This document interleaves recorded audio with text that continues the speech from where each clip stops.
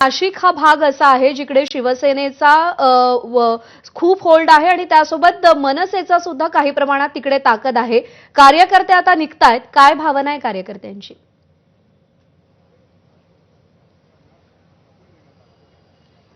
महाराष्ट्र नवनिर्माण सेनेच्या स्थापनेपासूनच नाशिकने मोठं बळ मनसेला दिलेलं होतं। मनसेचा पहिला महापौर हा नाशिककरांनीच दिलेला आहे। त्यामुळे नाशिकमध्ये मनसेची ताकद आहे आणि हीच ताकद दाखवण्यासाठी आज शेकडोच्या संख्येने, हजारोच्या संख्येने पदाधिकारी कार्यकर्ते मुंबईच्या दिशेने रवाना होत आहेत। आपण आता मनसेच्या राजगड कार्यालयाच्या बाहेर आहोत आणि घोषणाबाजी करत हे सर्व कार्यकर्ते आता मुंबईच्या दिशेने निघालेले आहेत। आज जो मोर्चा निघणार आहे, या मोर्चाला मोठ्या प्रमाणात नाशिककरांचा पाठिंबा आहे।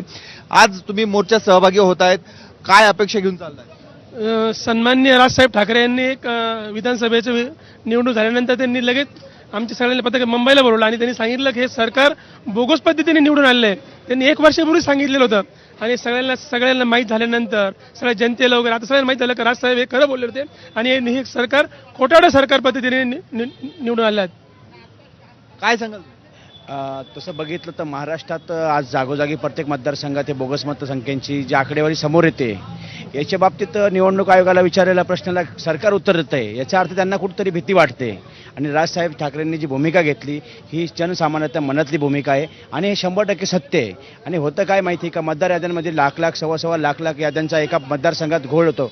त्या मतदारांमध्ये ना ॲड्रेस आहे, ना कुठल्या प्रकारचं नाव आहे, ना पत्ता आहे।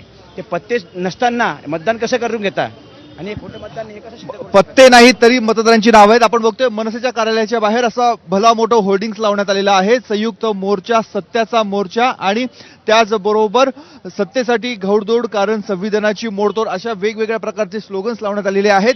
दुसरीकडे जर आपण बघितलं तर जे कार्यकर्ते आता मुंबईला रवाना होत आहेत, त्यांच्या माध्यमातून जी वाहनं आहेत त्या गाड्यांना मनसेचे झेंडे, स्टिकर्स लावण्याचं काम देखील सुरू झालेलं आहे। त्यामुळे मनसे आजच्या मोर्चाच्या माध्यमातून आपली मोठी ताकद ही मुंबईमध्ये दाखवणार आहेत। नाशिकमधून मोठ्या संख्येने ही वाहनांचा आता ताफा हा तयार होत आहेत आणि ही सर्व वाहनं आता मुंबईच्या दिशेने रवाना होणार आहेत। त्यामुळे ठाकरेंची शिवसेना, महाराष्ट्र नवनिर्माण सेना आणि त्याचबरोबर महाविकास आघाडीचे इतर सर्व सहयोगी पक्ष हे आता मुंबईमध्ये मोठ्या प्रमाणामध्ये शक्ती प्रदर्शन करतील। आता महत्त्वाचा मुद्दा, या मोर्चाची दखल निवडणूक आयोग कसं घेतं आणि पुढे काय काय प्रक्रिया पार पडते हे बघणं अत्यंत महत्त्वाचं आहे।